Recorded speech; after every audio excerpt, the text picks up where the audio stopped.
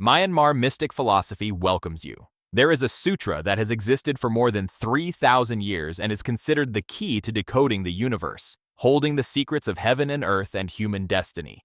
That is the I Ching. Today we will embark together on the journey to unlock that treasure of wisdom, to see that each hexagram and dime is not just divination, but a map that leads us back to religion, to nature, and to ourselves. Chapter 1. The I Ching is the source of religion and wisdom. There are books that open the human mind, but only one book opens the door to the universe. I Ching is that book. When mentioning the I Ching, people often think of fortune-telling, hexagrams, and predicting luck. But stopping there is like seeing the waves on the outside and ignoring the deep sea.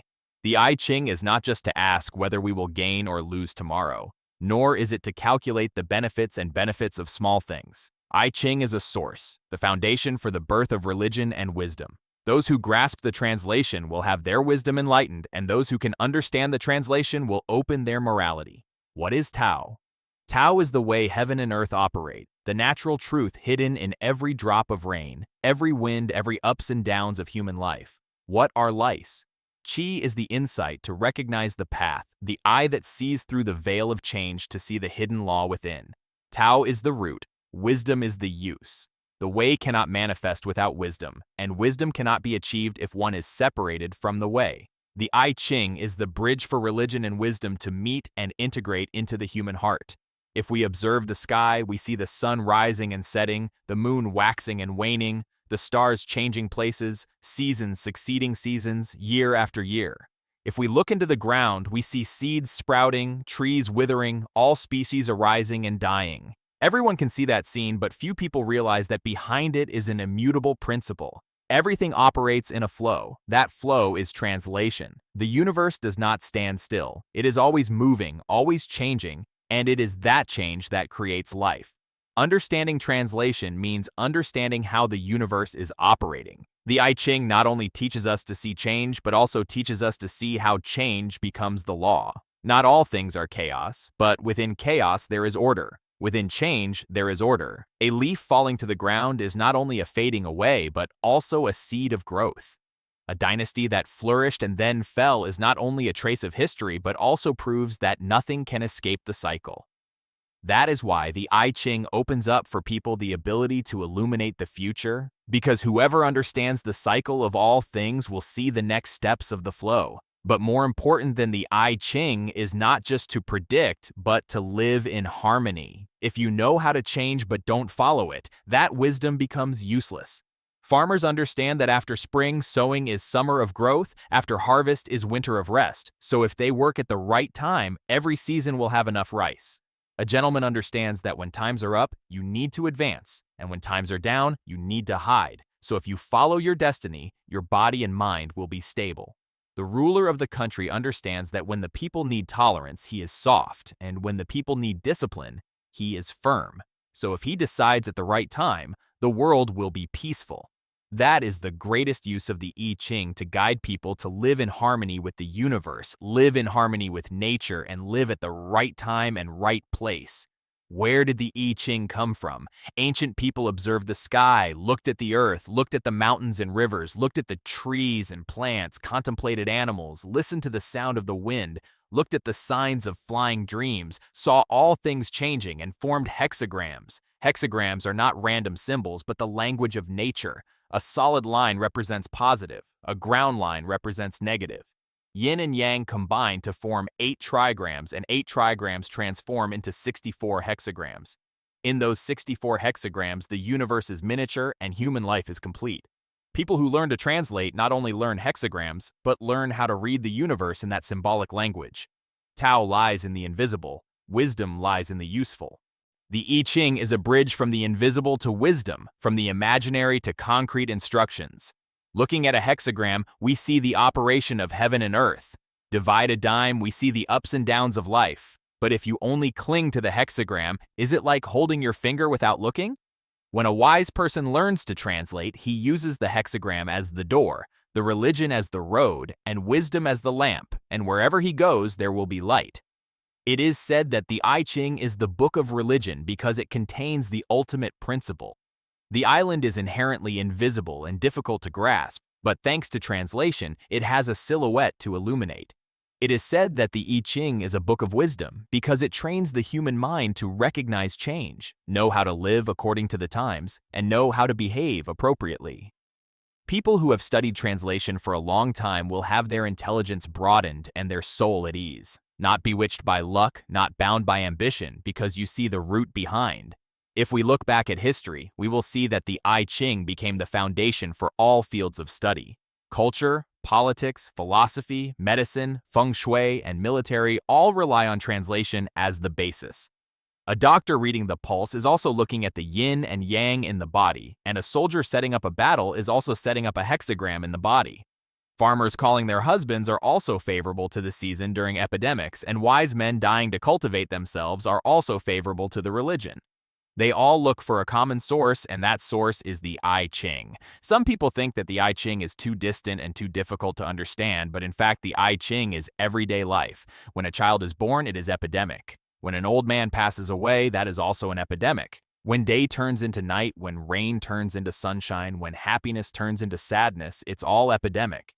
Every time we change our thoughts from greed to letting go, from anger to peace, it is also a change in the mind. Therefore, one does not need to be a great sage to understand the translation. Whoever lives consciously, who knows how to look deeply, is already living in a pandemic. The I Ching teaches us a life attitude, which is the attitude of humility, not accepting permanence, not clinging. Because we know that everything changes, when we succeed, we are not arrogant, and when we fail, we do not despair. Knowing that both glory and disgrace come with time, you should keep your mind calm and go with the flow. That person does not force life, but also does not give in to life's bad luck. He knows how to swim with the current, but still keeps the steering wheel in his lap. It is the unity of religion and wisdom, the harmony of man with the universe. When reading the I Ching, we see a type of wisdom that is not only reserved for ancient times, but is always alive in all periods, because the nature of change never gets old.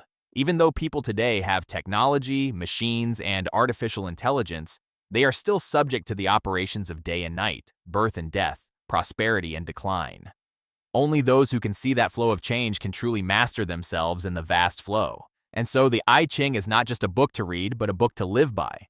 Reading without living is useless. Living without reading is difficult to understand. The ancients said that learning translation is like climbing a mountain. At first, the mountain seems huge. The hexagrams are complicated and difficult to navigate. But as you climb, you gradually see the path clearer and beautiful scenery appears. When you reach the top and look down, you see that all hexagrams are simple. All changes are in the palm of your hand. The I Ching is the source of religion because it connects us to natural rituals. The I Ching is the source of wisdom because it opens up the ability for us to live wisely. From one negative line and one positive line, the whole universe opens up. From a fragile book, a sea of wisdom unfolds. Everyone in life can touch it. As long as you have a quiet mind and a bright mind, you will find translation everywhere. You will find the way, and you will be enlightened everywhere. Chapter 2. The Principle of Change in Impermanence. There is a truth that people have the hardest time accepting but cannot deny. Nothing in this world lasts forever. When we open our eyes to look at the universe, we see the blue sky, the wide land, the high mountains, the long rivers. We think it is eternal. But the mountains also wear away. The rivers also change their course. Heaven and earth also undergo growth and destruction. When we look at our body and see that it is still young and strong, full of energy, we think it is immutable. But our hair will turn gray, our skin will wrinkle, our breathing will become weak, and our body will eventually return to our belly. Everything changes. Everything is within the cycle of impermanence. And it is that impermanence that is the eternal law. I Ching calls that reason by the word translation. Translated means variable. Change is not just a small change, but the fundamental principle of the universe. No thing stands still. There is no fixed state. Everything moves, transforms, and rotates. It is because there are changes that there is birth. It is because there is change that there is destruction. It is because of changes that life continues and time can pass. If we stand on the beach and observe, we will see the waves rising and receding one after another. Before this wave has passed, another wave has emerged. That is the image of the variable. If we look at the night sky, we see the moon waxing and waning, stars bright and dim, clouds gathering and dispersing, all of which demonstrate the principle of impermanence. If we look at human life, we see that a child is born, grows up, matures, passes away, and dies. That is also change. If we look at history, we see a dynasty prosper, then weaken, then collapse, then another dynasty replaces it, all in a cycle of change. People are often afraid of change because change makes us lose what we have. Old people are afraid of losing their youth. Rich people are afraid of their wealth being lost. Powerful people are afraid of their status being shaken. Loved ones are afraid of their feelings fading. But even though they are afraid, change still happens. Change does not wait for us to prepare and does not pity us. Change is an unavoidable reality. That's why wise people don't resist changes but learn to follow them. The I Ching does not consider change as a disaster, but considers change as a rule to open wisdom. Change is the root of impermanence. Impermanence is the nature of life. Seeing impermanence, we are no longer attached to permanence. Realizing that nothing lasts forever, we know how to appreciate it while we still have it. Knowing that the joy will pass, we are not in a hurry to fall in love. Knowing that sadness will pass, we do not despair. Knowing that prosperity and failure are just two sides, we are not proud when we gain, nor discouraged when we lose. That is the wisdom that arises from understanding variables. In the universe, variables are present at every level. A grain of sand also changes, a star also changes, a breath also changes, the whole galaxy also changes. Nothing stands outside this principle. The interesting thing is that in the variable, we find stability. Because change is permanent, it means things can change, but that change is never different. The universe is immutable precisely because it is always changing. Religious people see change without chaos. They know that when it rains, when it shines, it shines. They know that when the wind comes, the tree shakes. When the wind goes, the tree stands. They know that human life is like grass. One season it's green, another season it's withered. They know that neither euphoria nor pain is permanent. Therefore, their minds are calm in the midst of fluctuations. Changes in the I Ching are not chaos and disorder. Variables have rules, cycles, and rhythms. Morning then darkness, darkness then light, spring, summer, autumn, winter, birth, old age, sickness, and death. Those are the obvious cycles, but underneath there are deeper cycles that are hard to see with the naked eye.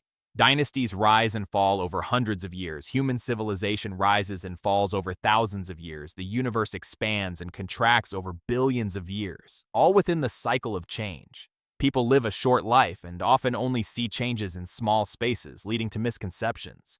We see a stormy day and immediately think that the world is collapsing, but then a few days later, the sky is clear again. We see a failure and immediately think that our life is ruined, but then over time we have another chance. If we look further, we will see that change is just a continuous succession. That's why wise people learn to translate to broaden their horizons and not be bound by what's in front of them. The principle of variation teaches us flexibility. Stiff people do not know how to change and will break when the wind is strong. A person who is flexible and knows what to do will stand firm despite bad weather. Like a stream of water that is always flowing, always changing shape according to the terrain, but in the end it still passes through the mountains and flows into the sea. People who follow religion are the same. They know how to change with the times, but still keep the big direction. In the human body, it is present every moment. Blood flows continuously. Cells are born and died continuously, and breath comes in and out. Not for a second does our body stand still, nor does our mind. As soon as this thought arises, another thought is born. Emotions come and go. Nothing lasts for long. If we cling to a thought or an emotion, we will only suffer. Because they do not stand still. When we understand impermanence, we can let go of our attachments and our hearts are at ease. In society, changes also occur. Times change. It is the cycle. No dynasty lasts forever, nor any social order remains unchanged. When people's hearts change, when opportunities change, the outer appearance also changes. People who understand this principle do not blindly adhere to a rigid form, but know how to act according to conditions, know how to keep the roots and not accept sweets. Transformation is not only an external change, but also an opportunity for internal evolution. Because it is through impermanence that we can transform our minds. If the mind is inherently fixed, evil people will be evil and miserable people will always suffer. But thanks to impermanence, evil people can become good, miserable people can become happy, and deluded people can become enlightened. Impermanence is the door to liberation. Without impermanence, there is no practice. In morality, impermanence also teaches us to let go. Because we know that everything is unstable, we do not cling. Because we don't cling, we are free. Because of freedom, we are happy. People suffer because they want to keep what they cannot keep. A wise person is at peace because he knows how to go with the flow. If the water flows, let it flow. When a flower fades, let it fade. When time passes, let it pass. Not holding back, not forcing, that is living with the principle of change. Looking deeply into variables, we see the connection of all things. When this changes, that changes, the moon changes, the tide changes, the season changes, the plants change, the mind changes, the scene also changes. All things do not exist individually, but always support each other and influence each other in the cycle of change. That is why the I Ching sees the universe as a network where one strand vibrates, the whole network vibrates. From the principle of transformation, we learn awareness. Living without realizing impermanence is immersed in illusion. Living while realizing impermanence, every moment is precious. People who know impermanence will cherish every second, each person, each breath, because they know that nothing lasts long. They truly love, truly live without delay. The universe is a river of change. Humans are a drop of water in that stream. If you want to resist the flow, you will only make yourself miserable. If you want to join the flow, you will naturally be at peace. The I Ching teaches us to learn to swim with the current and not stand still on the shore. Understanding the principle of change, we enter the door of wisdom. Because wisdom is not the accumulation of knowledge, but the insight into nature. Seeing clearly impermanence, we are not deceived by appearances. Seeing clearly impermanence, we know to focus on what is important. Seeing clearly impermanence, we do not waste time on petty disputes, but use our lives to live according to the Dharma. People who study translation live in impermanence yet peacefully, in fluctuations yet calm, in ups and downs yet steadfast. They are like a mountain standing in the wind, knowing that the wind is only temporary, but the roots are still deep. They are like the surface of a lake reflecting the clouds. The clouds change, but the lake remains clear. They are like the rising and setting sun, changing day by day, but the light still shines. And finally, the principle of variation leads us to a truth. It is in impermanence that we find the unchanging. That unchangeable thing does not lie in external things, but in the quiet mind. When our mind clearly sees that everything is changing, we are no longer carried away. When we stand still in the middle of the vortex, we are truly at peace. That is where the way is revealed. That is where wisdom shines. Chapter 3. 3 translations, variable translations, immutable translations, simple translations. There is a truth that students of religion will have to face sooner or later. All things in heaven and earth do not stop, but in that movement there is an unchanging order, and that order leads to an unexpectedly simple principle. Those are the 3 levels of principles of the I Ching, which the ancients called 3 shifts, changes, immutability, and bold translation, changing the breathing rhythm of the universe. If you ask why there are days and nights, spring and autumn, prosperity and decline, birth and death, the first answer is change. Change is the most obvious phenomenon. Also the first nature of existence. Heaven and earth operate in cycles. The moon waxes and wanes. Plants grow green and wither. People are born and grow, die and leave the world. Not a single thing stays in a single state. Religious people look at change not with fear, but with eyes that clearly see the law. When they see changes, they do not cling to the old things, nor are they greedy to keep what is past. They follow that movement to adjust themselves, like a small boat in the middle of a river that knows how to follow the flow, knows how to avoid eddies, knows how to wait for the water to rise, then go far, when the water goes down, then rest. Change is also a reminder that all prosperity has a time to fade, all hardships also have a time to pass. In the midst of suffering, we know there is still hope because change does not stop. In prosperity, we know we must maintain integrity because change does not allow anything to last forever. People who are not yet enlightened see change as impermanent and terrifying. Enlightened people see that change is life, the breathing rhythm of the universe. Thanks to change, there is movement. Thanks to movement, there is birth. If everything stands still, everything will turn into a dead monster. The unchangeable root behind all changes, even though all things change endlessly, there still exists an unchanging foundation. That unchangeable thing does not appear, but it is behind all phenomena. The ancients called it religion. The Tao is immutable because it does not increase, it does not decrease, it does not arise, it does not destroy. It is not a separate thing but an overarching principle. It is the fundamental order that makes change become regular instead of chaotic. If change is a river, then immutability is the principle of flow, causing the water to flow from high to low, making the cycle not lose direction. Understanding immutability, people escape blind fluctuations. When they see life changing, they no longer worry because they know that behind all the changes there is still an order that maintains balance. Like people who know that winter will come and spring will come, knowing that the night is deep and tomorrow morning will enjoy it again. Immutability is also the foundation that helps people find peace of mind. When we place our mind on the immutable, we are no longer swept away by each wave of change. We live in the middle of life but not immersed in life. Religious people learn to listen immutably in every moment. In the sound of the wind, there is the breath of heaven and earth. But the wind comes and the wind goes. But the principle that causes the wind to be born remains unchanged. In the course of life, there are many scenes of union and dissolution, but the operating principle of that union and dissolution remains unchanged. Understanding immutability, people are no longer surprised when things change around them. Simplify the translation back to pristine simplicity. The changing things come in many shapes and forms. The unchanging things silently stand behind. But the wisdom of the I Ching does not stop there. The ancients also realized that all complexity ultimately leads to simplicity. Simplification is the way back to simple nature. All the statues, the cripples, the good, the profound words of the translation are to show that the principles of the universe are not in the end confusing and difficult to understand, but simple to the point of purity. One yin and one yang is called the Tao. Once you grasp the one yin and one yang, thousands of forms are only its manifestation. Ordinary people are complicated because of their intelligence. The more they learn, the more confused they become. The more they analyze, the more turns they see. Nanung ngoi theo dao sao ki di qua vong tron bien dich va bat dich rot quoc lai tro ve jian dich. They realize that living in accordance with nature, keeping a clear and calm mind is the deepest philosophy.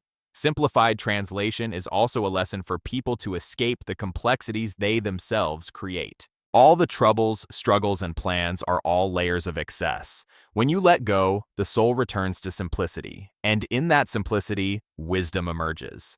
3 levels in one thought. The ancients said that the 3 translations are not 3 separate realms, but 3 aspects of the same principle. In one human thought, there are all 3. When a thought arises, it is in flux. That idea arises and dies in the stream of consciousness, but behind it is an immutable principle. The ability to perceive the unchanging foundation in the mind. And when we see through both birth and death and immutability, the mind will return to primordial simplicity, a clear silence where there is no longer any distinction. Likewise, in life, an event that occurs is a change. Behind events, there are unchangeable operating principles such as cause and effect, like natural law, which are immutable. And when you see that people don't need to be complicated, they just need to live simply and follow the religion. That's a simple translation. 3 translations in practice. Practitioners study the 3 translations not to refine theory but to apply it to life. Change teaches us to adapt. Non-change teaches us to keep the roots easy. Simplicity teaches us to return to simplicity. In the country, changes help leaders know how to follow the times and not be stubborn. Immutability helps them keep morality as the foundation. Simplified translation helps make politics uncomplicated, and the law is not complicated so that people can live according to nature.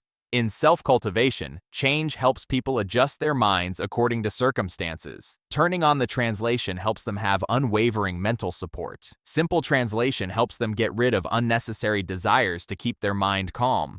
In dealings, change makes us flexible, immutability makes us steadfast, simplicity makes us not complicate relationships. Anyone who has all 3 levels can live happily without being carried away by waiting, without being disturbed by the mind, and without being confused by the mind. 3 doors, one way, 3 doors are 3 doors to look at the path. Change shows us that life is moving. Change shows us that the foundation is unchanging. Simple translation brings us back to pure simplicity. People who only see change will forever cling to change. People who only see immutability easily fall into rigidity. People who only prefer simple translation but ignore change and uncertainty fall into superficiality. Only when we see all 3 can we have complete wisdom. Thus, the 3 translations are not only the principle of the I Ching but also the principle of human life. Whoever lives in life and sees change, maintains immutability, and returns to simplicity, he has touched the source of religion and wisdom. Chapter 4. Tai Chi gives birth to doubts. When people raise their heads to look up at the night sky and see countless stars spinning in silence, a question suddenly arises in their hearts. What is the source of all these movements? That question has led people to the concept of Tai Chi since ancient times. Tai Chi's root is one, but not two. Tai Chi is not an object, nor is it a concept created by the imagination. Tai Chi is the primordial state, where all things have not yet been differentiated, separated, and treated. It is like calm water without waves, like space without a shadow, like the essence before phenomena arise. The translator says the word nothingness gives rise to Tai Chi. Nothingness here is not empty emptiness, but infinite potential, the place that contains all possibilities but is not yet manifested. From that nothingness, Tai Chi started, opening the door for Van Hu. Tai Chi does not stand still. The nature of Tai Chi is movement and stillness at the same time. In stillness there is movement. In movement there is origin. It is this internal movement that causes Tai Chi to divide into two basic forces, yin and yang. Two doubts, two extreme opposites. From Tai Chi, yin and yang appear. This is doubtful. Yin and yang are not two substances, but two aspects of the same reality. Yin is quiet, dark, soft, deep, cold, inward. Yang is active, bright, erect, rising, hot, outward. One side contracts, one side expands, one side contracts, one side expands. When these two forces operate in harmony, all things can exist and develop. More importantly, yin and yang are never separate. Without yang, yin cannot be seen. Without yin, yang cannot be seen. They rely on each other to become successful, rely on each other to appear. Night highlights the value of day. Darkness makes us know what light is. Cold makes us feel warmth, and stillness makes movement clear. Duality is therefore not two absolute opposite poles, but two sides of a circle. People often mistakenly think yin is negative and yang is positive, but in truth, neither is better than the other. It is because there is yin that yang develops. It is because there is yang that yin is complete. The universe operates from Tai Chi and Luong Yi. From the dual doubt the four symbols are formed. From the four symbols the 8 trigrams open. From the 8 trigrams all things have all shapes, temperaments, and destiny, but the root is still Tai Chi and the dichotomy becomes the dual doubt. In astronomy, the sun and moon are the clearest images of yin and yang. In weather, heat and cold, light and dark are manifestations. In the human body, positive energy moves upward and negative energy flows downward, creating a balance of life. In society, there is rule and disorder, rigidity and softness, progress and retreat. In the human mind, there is happiness and sadness, love and hate, movement and stillness. Nothing escapes the principle of yin and yang. The universe never has only one pole that exists independently. When yang reaches its peak, yin arises. When yin gathers too much, yang emerges. It is this rotation that makes life ceaseless, causing the flow of change to never end. Religious people look at Tai Chi and Liang Yi. Ordinary people often cling to one side. Likes light but hates darkness, likes strength but abandons weakness, desires movement but fears stillness. People who follow religion are not like that. They know that each pole has its need, each aspect has hidden value. When they encounter favorable circumstances, they do not become arrogant because they know that the yang will inevitably turn into yin. When faced with adversity, they are not pessimistic because yin must give birth to yang. They live leisurely in the cycle of yin and yang, going along with it, keeping their minds free of entanglements. They also learn how to balance yin and yang in the body and mind. Too active and harmful to the body, too still and lazy, too stiff and easily broken, too soft and overwhelmed. That balance of yin and yang nourishes the body, nourishes the mind, and nourishes the mind. Tai Chi in everyday life. If we look closely, every day our lives reenact extremes of duality. In the morning when you open your eyes, that's yang arising. In the evening when you close your eyes, that's yin. Inhaling is yin, exhaling is yang. A contracting heart is yin, a dilated heart is yang. Every beat, every breath is a harmony of yin and yang. In human relationships, people who are too tough will find it difficult to reconcile. People who are too soft will be swept away. Between hard and soft, there needs to be a rhythmic transformation. That's the behavior of extreme students. In work, there are times when we move forward strongly, which is yang, and sometimes we step back and rest, which is yin. Only those who know how to combine progress and retreat can go far. If you just keep moving forward and don't retreat, you will surely collapse one day. If you only know how to retreat and not advance, you will never achieve anything. From Tai Chi to human wisdom. Tai Chi teaches us that the root of everything is integrity. Duality teaches us that all integrity is divided into opposites, and it is that treatment that reveals the colorful world. A wise person is not afraid of being treated but learns to see integrity in being treated. In the light there is darkness, in the darkness there is light. In the prose there are negative elements, in the negative there are positive seeds. Whoever sees this will no longer be deceived by life's circumstances. Taoists do not seek to eliminate yin and yang, but seek to stand at the Tai Chi place where yin and yang are present simultaneously without division. When the mind returns to Tai Chi, people reach peace, no longer swept away by each wave of fluctuations. One gives birth to two but still one. From nothingness is born Tai Chi. From Tai Chi is born doubt. From doubt is born all species. But in the end, all these species still come down to one root. Tai Chi and Luang Yi are not only cosmic philosophies, but also mirrors of human life. Whoever understands this principle will know how to adapt to the times, know how to nurture their body and mind, know how to handle situations in harmony, and know how to find peace in the midst of chaos. Therefore, Tai Chi Sin Lung Yi is the door to wisdom. A student of the Dharma only needs one clear thought to see the whole universe in one breath. Chapter 5. 4 Symbols and 8 Trigrams. Map of the universe. When people look up at the sky, look down at the land, listen to the sound of the wind through the ravine, feel the constant flow of water, a question suddenly arises in their hearts. Is this universe ultimately orderly or chaotic? Has a principle, or is it just random? It is in that restlessness that the I Ching points out the path, from Tai Chi to separate yin and yang, from yin and yang to transform the 4 symbols, from the 4 symbols to give birth to the 8 trigrams. Bagua is a sophisticated map for the ancients to decode the universe, to see through the laws of operation of heaven and earth and the human body and mind. From Tai Chi to Liang Yi, the origin of biochemistry. All things begin in Tai Chi. Tai Chi is one, complete, undivided, but in that completeness is contained the seed of distinction. When moving, Tai Chi divides into 2 called dual doubts. One side is bright, one side is dark, one side moves, one side is still, one side expands, one side retracts. These 2 poles are not absolute opposites, but rather coexist together. Yin exists through yang, yang manifests through yin. But day and night, hot and cold, birth and death and chaos, the universe began to be depicted with those 2 simple but magical strokes. The 4 symbols are the first differentiation of the universe. When yin and yang continuously interact, 4 basic states are born, called Tu Tuong, Tai Yin, Thiu Yin, Tai Duong, Thiu Yang. This is the miraculous transmission step. 2 become 4. Tai Yin is the yin pole, dense darkness, extreme silence. The lack of yin is yin, but within the yin there is still a yang hidden. Like the night is almost dawn. The sun is the positive pole, bright light, full of motivation. Thiu Duong is yang, but within the yang there is hidden a seed of yin as if it has not yet turned to the afternoon. The 4 symbols show that the operation of the universe is not a leap, but a continuous cyclical shift.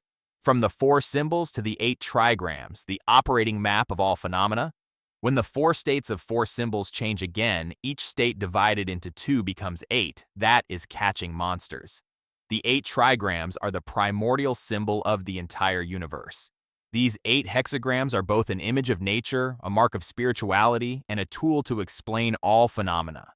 The ancients did not use hard numbers, but used images to record the universe. A solid line is positive, a broken line is negative. From 2 lines it becomes 4, then 3 lines overlap each other to become 8. Hexagram blocks the power to open up the sky. In the 8 trigrams, the hind is at the top, with 3 pure yang lines symbolizing heaven. Ka is bright, strong, and the father of all things. The canopy opens to the wide sky, protecting and illuminating. But Qian is not oppression, but a creative resource.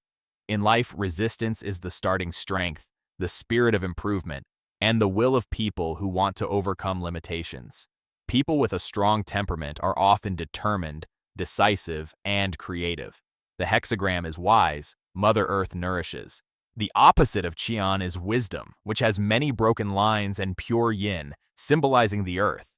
Kun is not bright, not explosive, but deeply tolerant and embracing.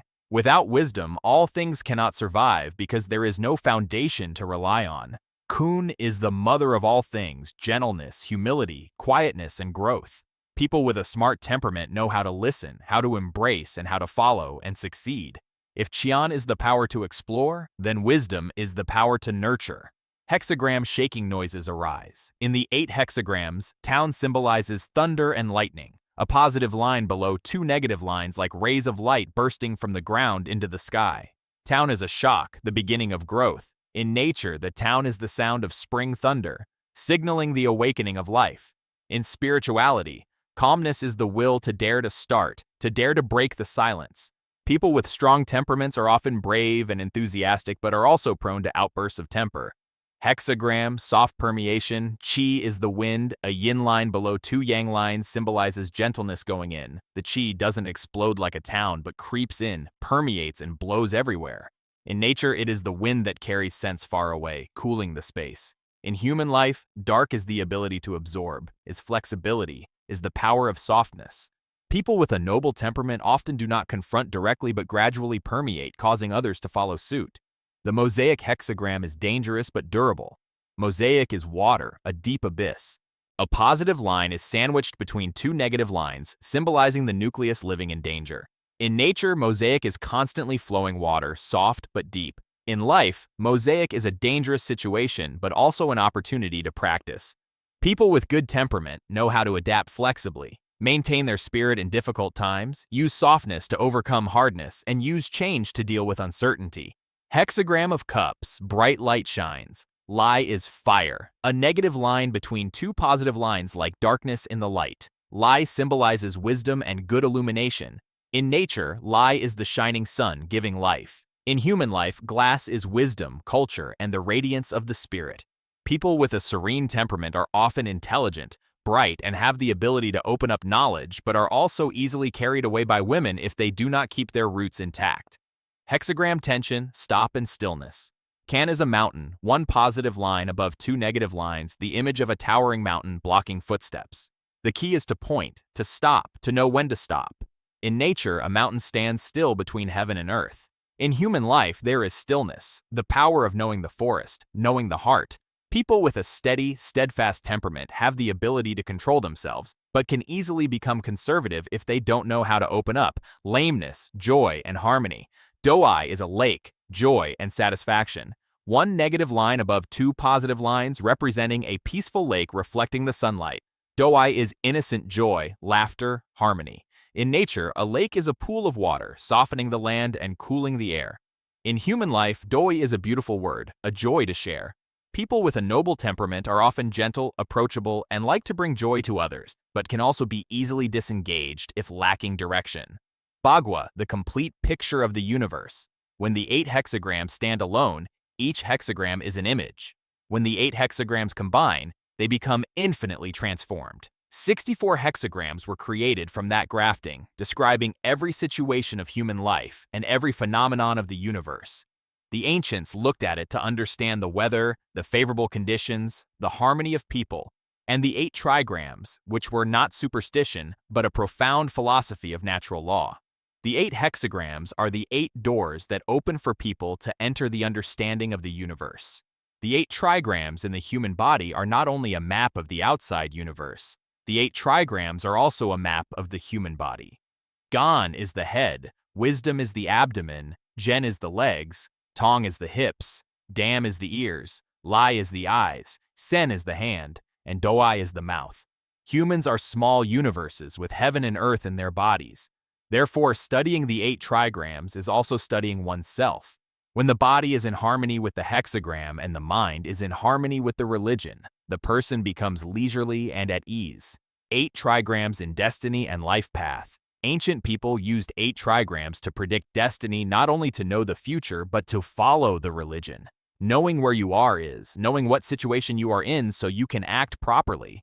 If you are in town, you need to be brave and start. If you are in trouble, you need to stop. If you are in separation, you need to be wise. If you are in a mosaic, you need to stay steadfast in the face of danger. Destiny is not predetermined, but depends on how a person walks with the cripple. Living map of the universe and spirituality. The four symbols and 8 trigrams are not just dry philosophical concepts, they are subtle observations of the ancients, a living nature that helps people understand the universe and understand themselves. From universe to chaos, from light to darkness, from movement to stillness, all form a cyclical circle. The 8 trigrams teach people to live according to nature, to know when to advance and when to retreat, to know when to stop and when to walk, to use wisdom to illuminate and to use silence to nourish. When understanding the 8 trigrams, people no longer see themselves as small in the universe, but see themselves as part of that great flow. Chapter 6. The Yin and Yang of Biochemistry. There is a truth that transcends all time and all civilizations. As long as there is life, as long as the universe is still there will be the ups and downs of two opposing forces that never stop. The ancients called it Yin and Yang, the Yin and Yang breathing of the universe. If Tai Chi is the root of Tao, then Yin and Yang are the first breath of the universe. All phenomena contain two sides, dark and light, movement and stillness, contraction and expansion, birth and death. They are like two streams of air that together weave an infinite picture. The universe operates not through standing still, but through the continuous movement of Yin and Yang. When Yin is too strong, it turns into Yang. When Yang thin is too much, it returns to Yin. This change is not war nor annihilation, but rather an exchange of positions and concessions to each other to maintain balance. Yin does not destroy Yang, Yang does not destroy Yin. People are used to seeing polarity as conflict, but the Yin and Yang principle shows that polarity is support. Night does not cancel day, nor does day cancel night. Winter does not destroy summer, nor does summer destroy winter. They just take turns serving as pillars. Then, when they reach their climax, they give up. That giving is the secret to the longevity of all things. If there was only Yang, all things would burn. If there was only sound, everything would be in darkness. The universe needs both to evolve endlessly. In the cycle of mutual generation, Yin and Yang not only interact, but also depend on each other to form. Yang, while rising, also carries within it the seeds of Yin, so that when it reaches its peak, Yin appears. When Yin retreats, it also nourishes its Yang seeds, so that when it sinks deep, Yang springs back up. This is an endless cycle, like the moon waxing and waning, like the tide rising and falling. It is thanks to this cycle of calamity that the world never stops in a state that is always new, always lively. Yin and Yang in nature. Looking out at heaven and earth, we see the Yin and Yang path clearly. The bright sun is Yang, the calm moon is Yin, the vast ocean is Yin, and the towering mountains are Yang. The blowing wind is positive, the still ground is negative. Hot spring and summer belong to the Yang, cold autumn and winter belong to the Yin. Green trees growing towards the sun are positive, tree roots sticking into the ground are negative. It is thanks to that coordination that the world is complete. If there is only poplar, the tree has no soil to cling to. If there is only Yin, the plant has no light for photosynthesis. Yin and Yang in the human body. The human body is a small universe, so it also follows the Yin and Yang religion. Heaven and earth have sun and moon. Humans have a heart and kidneys. The Yang heart rises upward, radiating heat and light. The kidneys belong to the Yin hidden source of water to nourish the body. Breathing out is positive. Breathing in is negative. During the day, the Yang energy is strong and people are active. At night, the Yin energy prevails. People rest. Anyone who is too Yang and doesn't know how to nourish their Yin will be exhausted. Those who are too Yin and strong but do not arouse Yang should maintain youth. Health is the balance between Yin and Yang. Yin and Yang in the mind, not only the body but also the human mind, also rotates according to Yin and Yang. When the mind is full of enthusiasm, determination, and the desire to conquer, that is positive. When the mind calms down and knows how to be gentle and tolerant, that is Yin. People who live only in favor of Yang will be rigid and quick-tempered. People who are inclined towards Yin will be slow and easily sad. A great person is someone who knows how to use Yang when he needs to be decisive, who knows how to use Yin when he needs to be gentle, like a river that is both strong and rushing towards its banks, but also softly embracing its bends. Tao operates extremely hair-counter. One of the mysteries of Yin and Yang is the principle of polar opposites, which is that when one side reaches its extreme, it will turn to the other side. The longest day is the beginning of the night. A cold winter is the seed of a warm spring. When people are at their fullest, it is also the time when they begin to enter into deception. When times are extremely difficult, there is also a time when hope shines. Thanks to this principle, the universe never falls into extinction but is always reborn every moment. Yin and Yang in destiny and change. Ancient people used yin and yang to predict destiny. When you see that yin is too prosperous, yang will certainly arise. When you see extreme yang, it will all return to yin. Knowing this, we can follow it and act without resisting. If you encounter positive times, you should promote your strength to move forward. If you encounter a negative period, you should rest and recover. Tao does not tell people to sit still and suffer, but teaches them to behave appropriately. Thanks to that, we turn danger into peace, evil into sand, yin and yang in the art of living. In human life, the yin and yang religion teaches people how to live in balance. In the family, the husband is yang and the wife is yin. If both sides are in harmony, the family will flourish. In society, a resolute leader is yang and a submissive mass is yin. When both sides are in harmony, the nation is strong. In work, decisiveness and creativity are yang. Patience and perseverance are yin. When the two sides combine, the career will be long-lasting. The art of living is knowing when to use yang and when to use yin. Yin and yang in culture and art. Yin and yang are not only present in philosophy, but also permeate culture and art. In the fire festival, strong lines are yang, soft nuances are yin. In music, high-pitched melodies are yang, and quiet melodies are yin. In poetry, heroic words are yang, gentle words are yin. V-Dai works are always a harmony of these two aspects, both strong and soft, light and dark, moving and still. Yin and yang in spiritual cultivation. People who study the Dharma know that cultivating is not just about asceticism or just about enjoying pleasure, but about keeping yin and yang in harmony. When the yang is too much, you need to sit still to nourish the yin. When the yin is too much, you need to exercise to awaken the yang. When the mind is too hot, it needs to cool down. When the mind is too cold, it needs light. Taoism is the art of combining yin and yang, making the body and mind become a small universe that follows the great universe. Yin and Yang in Taoist philosophy. Tao sees yin and yang not as two independent forces but as two sides of the same path. The Tao is inherently nameless and invisible. When it appears, it is divided into yin and yang. But in the end, yin and yang are just a game of Tao, two strokes of a brush painting an endless picture. Seeing the transformation of yin and yang without clinging to one side, seeing is entering the path of yin and yang and wisdom of leadership. A leader who knows how to use yin and yang will rule the country and the people. When they need to be drastic, they are yang and make decisive decisions. When they need to be gentle, they are sound, know how to listen, know how to vibrate. If only yang is used, the country can easily fall into rigidity. If only negative sounds are used, society can easily sink into referring to children. Senior leaders are flexible, changing roles at any time like heaven and earth moving without ever stopping. Yin and yang in creation, all creation arises from the communion of yin and yang. Yin is the potential, the virtual open idea, the incubation. Yang is the expression, the action, the outward expression. Without yin, creativity has no foundation. Without yang, creativity cannot take shape.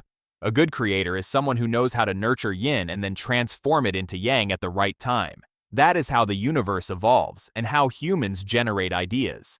The root of endless biochemistry. Yin and yang are the root of biochemistry. Everything that exists, from the universe to humans, from dust particles to stars, cannot escape this law. Yin and yang change roles so that the Tao operates endlessly. Understanding the yin and yang path, people are no longer afraid of change, no longer cling to one state, but know how to go with the flow, know how to keep balance, and know how to live in peace. That is the wisdom the ancients conveyed through the I Ching. Wisdom, which is still as bright as the sun and as gentle as moonlight, guides people on the endless journey of biochemistry. Chapter 7. Translation and Humanity in Heaven and Earth. There is a secret that the ancients left behind. Humans do not stand outside the universe, but are a fragment reflecting the whole. The universe operates according to fluids. Humans also breathe, live, and transform according to fluids. Humans are small universes. Heaven and earth are vast. The universe is vast, but in the body of a small human being, all of those laws are hidden. The ancients called humans a small universe, because all external laws have their mark in this body and mind. Looking at the cycle of blood and energy, we see that the Tao operates like the four seasons. Looking at the breath, we see yin and yang rising. Looking at our thoughts, we see the hexagrams change endlessly. Man is not a meaningless speck of dust, but the most subtle reflection of the Tao. Each breath is a hexagram. Exhaling is positive, breathing in is negative. When we exhale, we radiate air out, expand, and activate. When we breathe in, we bring the air back inside, store it, and settle it. Every breath like that is a yin and yang cycle. Those who subtly rotate the breath projection will see in it the laws of operation of heaven and earth. If one breath is not regulated, the whole body and mind are exhausted. If one thought is not bright, the whole life has gone astray. Therefore, the cultivation of the ancients always started with the breath, because they knew that in one breath, the entire universe was enough to reveal the changes in the body and mind, and the hexagrams come alive. A thought that arises is positive. A thought that subsides is negative. A joy is yang, a sadness is yin. When the body is healthy, the blood circulation is positive. When tired, stagnant is yin. All of these movements are living hexagrams, changing every moment. Understanding translation is not just looking at the hexagrams drawn on paper, but looking at yourself in every moment of your life. Humans are within heaven and earth. Living people cannot be separated from heaven and earth. When the sun rises, positive energy arises in the body and people work. When the sun goes down, the negative energy wins and people rest. In winter, the body shrinks. In summer, it expands. Every change in nature is hidden in humans. Those who obey will be safe. Those who go against it will be sick. Tao teaches people to live in harmony with heaven and earth, not to force dogs, not to rebel because they know they are part of that cycle. The nucleus is the center of translation. I Ching not only talks about heaven and earth, but also talks about people. The wise hexagram that teaches obedience is the image of a mother. The hexagram teaches steadfastness and is the image of a father. The hexagram is a sound like the eldest son. The hexagram is submissive like the eldest daughter. The 8 Trigrams not only describe nature, but also describe humanity and relationships in family and society. Thus, translation does not leave humans, but humans are the embodiment of translation. Reading translation is reading yourself. People often use translation for divination, to know what will happen in the future. But wise people use translation to illuminate themselves because the hexagrams appear not from the outside but from their own mind. When the mind is moving, the hexagram appears. When the mind is calm, the hexagram is peaceful. Therefore, reading translation is reading yourself, clearly seeing the fluctuations in your mind, clearly seeing where the trends are leading you. If people can reflect on themselves through the epidemic, they will know how to correct themselves and will no longer be in the dark. Humans are the intersection of yin and yang. In the body, positive energy supports and negative energy nourishes. In the soul, yang is the desire to rise and yin is a deep peace. If there was only yang, people would be exhausted. If there were only yin, people would perish. Living in balance means knowing how to let the yin nourish the yang and let the yang expand the sound. Humans are the intersection where those two currents embrace each other. That is why the I Ching considers cause as the center. Because in humans, yin and yang meet in the most vivid way, destiny and choice. People often think that destiny is predetermined, but the translation shows that destiny is just the trend of the hexagrams, and people still have the right to choose. The hexagram warns of danger, but those who know how to respond and avoid danger can still pass it on. The hexagram predicts good fortune, but arrogant and reckless people still bring harm to themselves. Humans are not puppets in the hands of strong numbers, but companions of fate. Knowing how to translate means knowing how to dialogue with destiny, thereby living more consciously and wisely. Life is like a big hexagram. A whole life is like a hexagram. Childhood is just a beginning and still weak. Youth is the 2 and 3 positive energy rising full of vitality. Middle age is the year 4 and 5, when they are ripe for taking on important responsibilities. Old age is the 6 yin line returning to the yang, retreating and preparing to return to nothingness. A human life is like a hexagram. Each stage is a how, changing over time without stopping. Seeing this clearly, people will live accordingly, without haste, without forcing, without regret. Translate and cultivate. Cultivation is learning how to harmonize yin and yang in the body and mind. When the mind is too hot, it must calm down so that the yin can compensate. When the mind is too cold, yang must be awakened to balance it. When the body is tired, it must rest. When the body is stagnant, it must move. Cultivation is not about imposing a state, but knowing how to change with the times, keeping the yin and yang within you always in harmony. That is also practicing according to translation. Con guoi va tritue ong bien. Wisdom is not rigidity, but the ability to improvise. A person who understands translation is someone who knows how to improvise according to the situation. When the time comes, know how to advance. When the time has not come, know how to retreat. When faced with adversity, know how to wait. When faced with favorable circumstances, know how to act. Thanks to that wisdom, people overcome storms and waves, not being swept away but moving steadily forward. That is the wisdom of the monarch in the I Ching. Translation and humanism. The I Ching not only teaches human relationships with heaven and earth, but also teaches human relationships with each other. Parents and children, husbands and wives, brothers and sisters, kings and subjects, friends all have yin and yang and have roles to support each other. When everyone keeps their positions, relations will be harmonious. When everyone competes, chaos will arise. Translation teaches that human morality is the operation of hexagrams in social life. Knowing how to live in your own position is following the religion, translation, and the religion of being human. The religion of being human is not strange to translation. Humility is yin, integrity is yang, tolerance is yin, assertiveness is yang. A gentleman knows how to use both, not to the extreme of one side. If you are too humble, you will be weak. If you are too strong, you will be stiff. Translation teaches people to stay neutral and maintain balance in all actions. That is the foundation of human morality. People in the process of history, not only individuals but also communities and countries, also operate according to epidemics. When yang is prosperous, the country flourishes, expands, and develops. When prosperity prevails, the country shrinks, rests, and accumulates. If one side is too prosperous without harmony, the nation will decline. Human history is a series of changes of yin and yang, a great hexagram unfolding through dynasties. People living in it cannot be separated from it, but they can recognize it and live accordingly to avoid tragedy. People in translation. Humans do not stand outside heaven and earth, nor do they stand outside epidemics. Every breath, every heartbeat, every movement of the mind is a small hexagram. A person's entire life is a big hexagram. If people know how to reflect on themselves through translation, they will understand the religion. Understanding the Dharma leads to a favorable, peaceful, and wise life.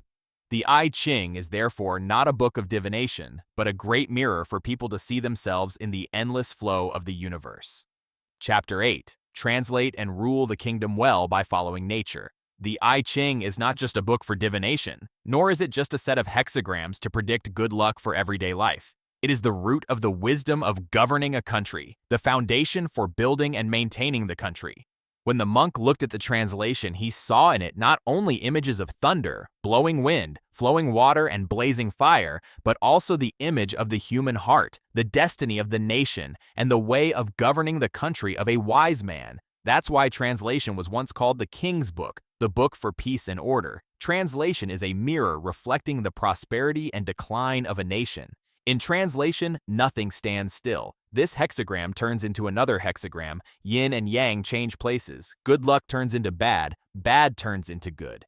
The same is true for a nation. When a dynasty first begins, it is like a pure hexagram. The yang energy is full. The sky is bright. People's hearts are focused on it. But when it is too prosperous, it will inevitably turn into decline as it reaches the end. It will inevitably give birth to a heavy land, carrying all the old energy. A wise monarch does not consider prosperity to be eternal, but sees it as a sign to prepare for change. Understanding translation means understanding that every change has signs. Just by observing carefully, you know when to advance and when to retreat. Advancing according to the times, going against the times, and retreating just like walking in a deep forest. People who don't know how to translate keep their head straight. When they encounter a cliff, they fall. When they encounter a river, they sink. People who understand translation know when to move forward, when to stop, and when to turn around in another direction. Translation teaches that when the time is right, you do it. When the time is not right, you hide. That is the wisdom of a ruler. The ancients said that the great way to rule a country is to follow the sky. Qian here is not just the sky, but the times, the hearts of the people, and the destiny of all things. A dynasty flourished when King Thuan Thien acted according to the times, without forcing or being stubborn. And a dynasty fades away when the king acts against the heavens, against the times, and does not know when to retreat when he should retreat. Keep the path faithful for a long time. In translation, all hexagrams have in common 2 and 5, which are the positions of the middle path. If a national leader understands this idea, he will know how to keep himself in a neutral state of mind, not leaning towards extremes and not favoring one side. When using people who appreciate both literature and martial arts, when giving righteousness, you know when it's hard and when it's soft. Common is the source of peace. When a country is kept together by the king, the hearts of the people are at peace, the soldiers are obedient, and the people obey. A country whose king leans heavily to one side or the other will sooner or later lead to deviation and destruction. Learn from 8 hexagrams to build a country. The 8 hexagrams in the Bagua are not only images of nature, but also a reminder for the bright king. The hexagram teaches the king to be tough and steadfast like the sky, not to be overcome by adversity. The wise hexagram teaches the king to be gentle, embrace all people, and nurture living beings. The town hexagram teaches the king when he needs to act up and has the power to make people afraid. The hexagram teaches the king to be gentle and receptive to people's hearts like the wind that flows everywhere. The mosaic hexagram teaches the king to know danger without being blind and to use wisdom to overcome evil waves. The hexagram teaches the king to be wise and enlighten all people with his virtue. The hexagram teaches the king when to stop, not rush into unfavorable places, and keep the roots for the dynasty. The hexagram teaches the king how to be happy with the people, how to bring peace and optimism to the people. A monarch who can choose these 8 paths is the one who rules the country by service, the bright king, and the one who protects the Lord. History has clearly proven that dynasties that know how to obey, know how to handle the times, and know how to keep things together will last a long time. Chuvan Vuong compiled translations not only to make textbooks, but to establish the reign of Chu Hung Thin. On the contrary, although Qin Shi Huang unified the world, he ruled the country through violence, contrary to the teachings, so the Qin dynasty was destroyed in just a few decades. King Sang is someone who understands that his power is also in the cycle of change. They do not defend the country to satisfy their ambitions, but to favor the heavens, to keep the people safe, and to keep the religion alive. A tyrant is someone who thinks he can fight the epidemic, thinks he can maintain power forever, but in the end, it's just government. Translation in politics and diplomacy. In referring to the country, not only domestic politics, but also diplomacy need to use translation. The wise hexagram must be flexible and willing to endure in order to survive. The hexagram must be prestigious so that foreigners do not dare to violate it. Hexagrams must be understood to connect nations. The rising cup hexagram must be bright so that outsiders can trust and respect it. A country that is only stiff but not soft will easily be isolated. A country that is only soft but not strong will easily be invaded. Deek teaches the king to be tolerant, to know when to show his strength and when to hide it. It is this softness and hardness and softness that is the great wisdom of the country, from body to country, from country to world. The translation teaches that if you want to rule the country, you must start from cultivating the body. If the body is not at peace, the country will not be stable. A king with a chaotic mind and a heart full of desires will inevitably lead to chaos. A king with a clear mind and a united heart will surely have peace. If there is national security, then the world will be safe. Translation is the path from small to large, from self to family, from family to country, from country to world. If a monarch looks at himself, he will see that every small action affects the whole country, and from there he will be cautious, wise, and know how to put the interests of the people first. Translate the king's books, people's books. Translation is the king's book because it teaches the island and the country. But translation is also a people's book because it teaches how to live according to nature. When the king used translation, the dynasty prospered. When people use translation, life is peaceful. Translation is the common path.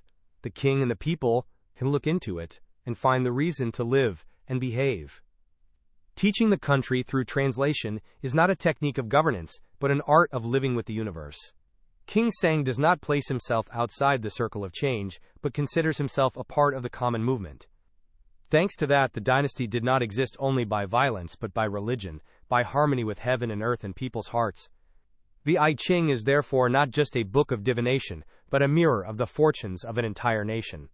And the wise leader of the country is the one who knows how to read that example, knows when to advance, when to retreat, knows how to keep things together, knows how to adapt to the times to make the dynasty last forever with heaven and earth.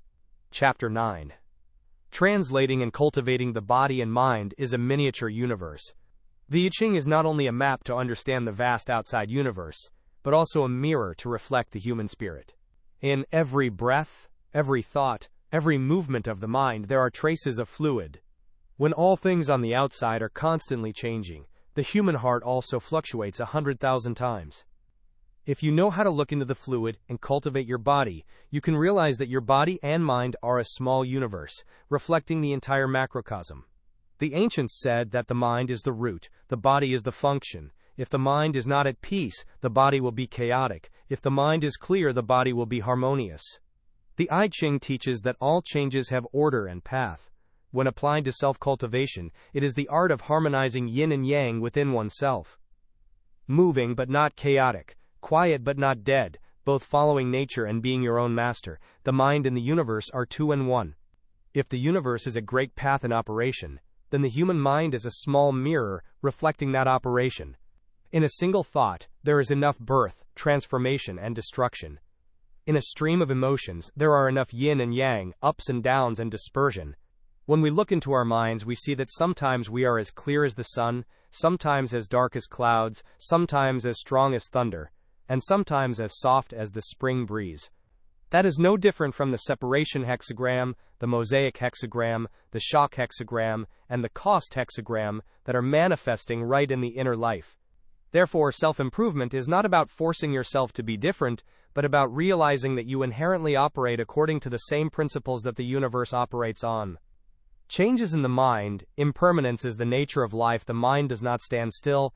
As soon as this idea is born, another idea emerges. Happiness, sadness, anger, love, resentment, and hate change in a moment like a shifting hexagram, which is the path. Impermanence is not the external environment that weighs on us, but the very breath inside our hearts that is moving. Those who do not understand translation are swept away by that change. Today you're happy, laugh, tomorrow you're sad, cry, letting your body and mind be dragged by the waves. Those who understand the translation know that change is permanent, impermanence is the path. They do not insist on maintaining one state forever, nor do they despair when suffering comes, because they know that everything flows, nothing exists unchanged except the principle of movement. Immutable in the mind, the root of calm. In the endless stream of changes, there is still an unchanging principle, which is the quiet center, the wordless path, the deep essence in the mind. People who cultivate themselves according to translation learn to recognize that. Storms may arise in the heart, but the sky never disappears. Thoughts may surge, but the clear nature of the mind remains unharmed. Immutability is the place we return to, the origin point, so we don't drift away in the whirlwind of emotions. Cultivating the body means examining the mind every day, to see the unchangeable in change. When encountering happy things, don't be infatuated. When encountering sad things, don't despair. That is to keep immutability in your mind. Simplicity in mind returns to simplicity. People often complicate things, deceiving themselves in a cycle of calculations.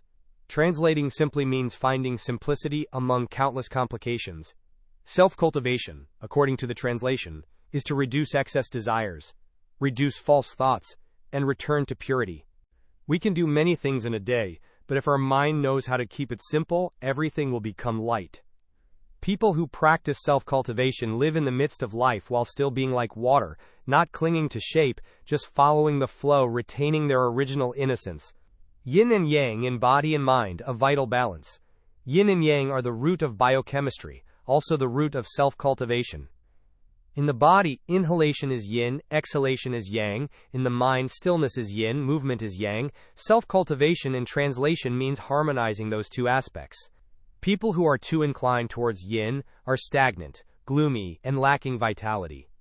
People who lean too much toward yang are hot-tempered, impulsive, and prone to chaos. A person who knows how to cultivate the body can still be still when moving, and still have vitality when still. That is the balance that translation teaches. Practice translation in everyday life. Cultivating oneself according to translation is not a grand matter, but an everyday thing. When eating and drinking, no moderation, not too greedy, not too ascetic. Porji Gael Epi is the control of yin and yang fire in the body. When speaking, knowing when to be hard, when to be soft, when to be silent, and when to express is to act according to the hexagram of cunning and wisdom in the mind. When facing difficulties, knowing how to advance when times are good, knowing how to perish when times are bad, that is living in harmony. When emotions arise, knowing how to observe instead of being attracted, is to remain immutable in the mind. The mind is like the 8 trigrams, the 8 doors of the inner world. In the mind can be found the images of 8 hexagrams. When the mind is strong and steadfast, that is courage. When the mind is open and embraces everyone, that is wisdom. When the mind shakes violently, that is shock. When the mind is gentle and knows how to listen, that is good. When the mind faces danger without trembling in fear, that is bad. When the mind is clear, shining like a flame, that is glass. When the mind knows how to stop and stay still, that is stress. When the mind knows how to rejoice in simplicity, that is destiny. People who cultivate themselves according to translation do not deny any hexagram, but know how to harmonize all. Thus the mind becomes a perfect trigram, reflecting the entire universe. Cultivate yourself to bring peace to the world. The ancients taught that self-cultivation in the Qi family refers to the nation's peace in the world. The foundation of everything is self-cultivation. If the mind is not at peace, the family cannot be at peace, and the country cannot be stable. The I Ching opens up this connection from a single thought that can open up the whole social situation. The king who wants to rule the country through translation must first cultivate himself. People who want to live according to heaven must first keep their minds. Each individual returns to balance within himself, then the community will have peace and the country will prosper. Self-cultivation and the spiritual path.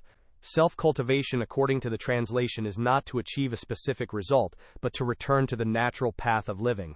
The person who understands the translation will not force himself to become a role model, but will only keep his mind from losing balance to live true to his nature.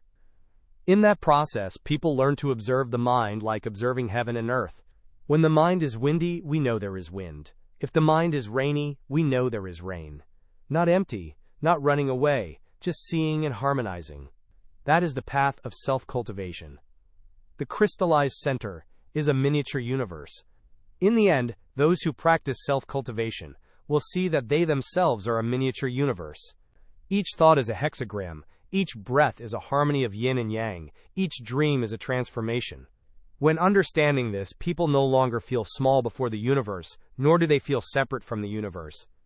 Body and mind become part of a great flow. And so, to live is to practice. To practice is to live. The I Ching teaches self-cultivators how to return to themselves.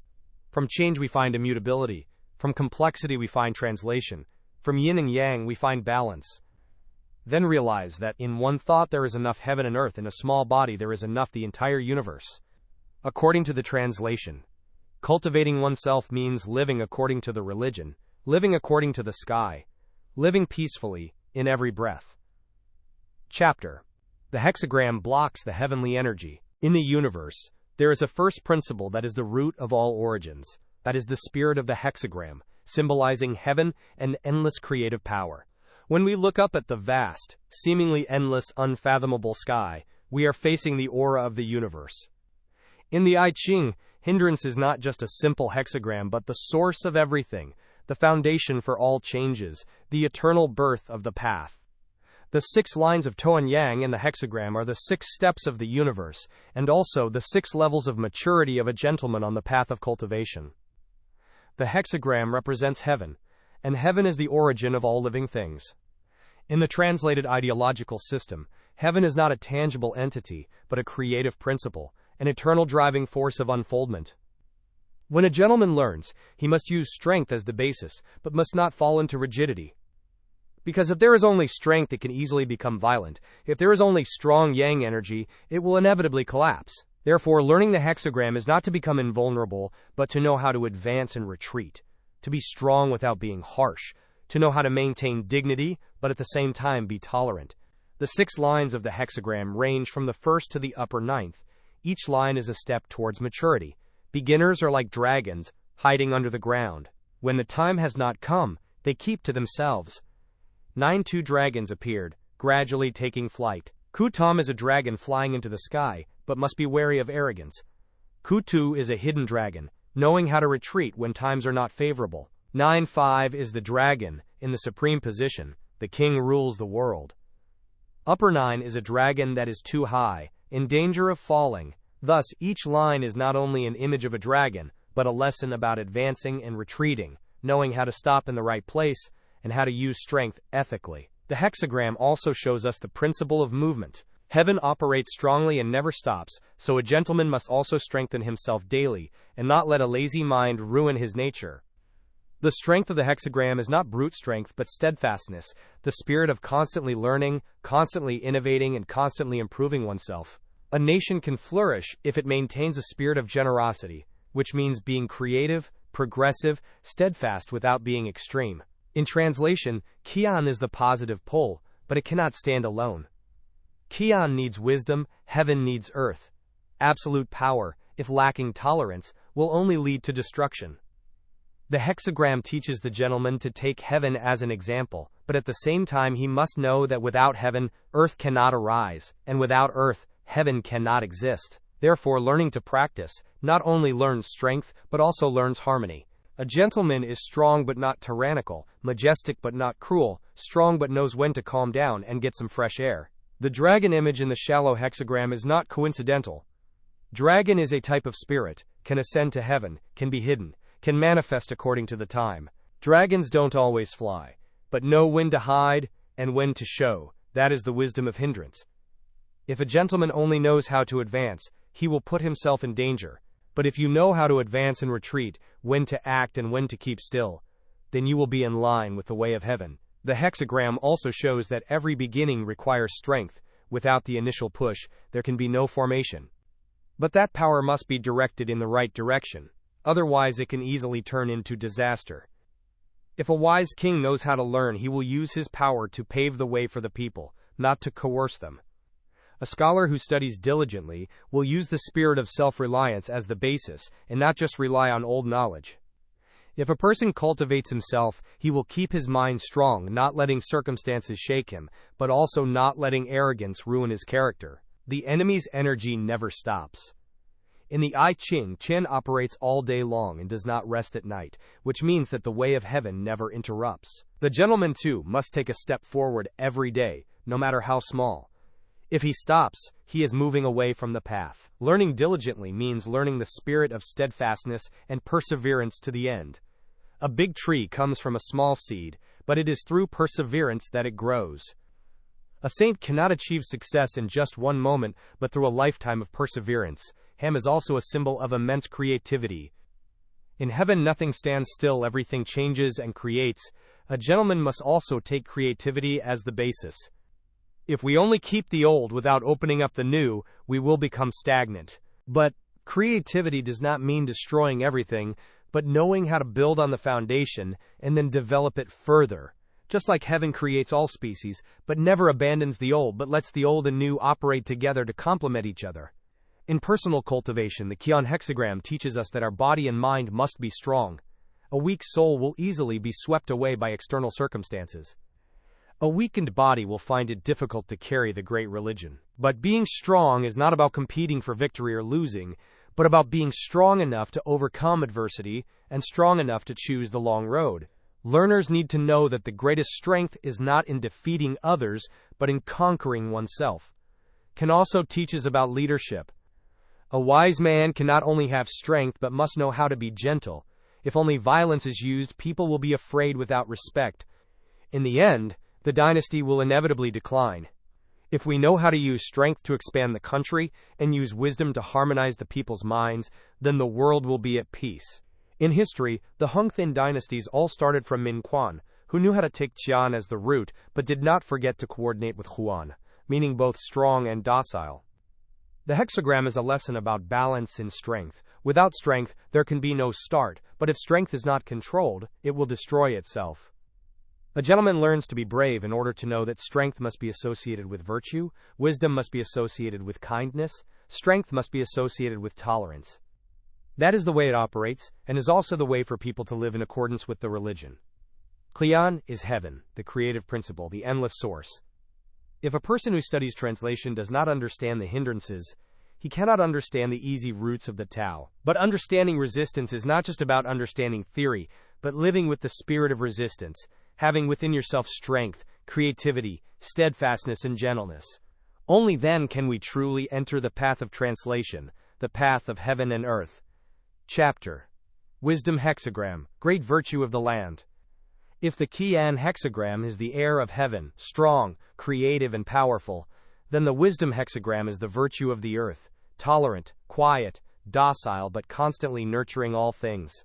Heaven takes form, earth turns and conceals form, heaven moves, earth settles.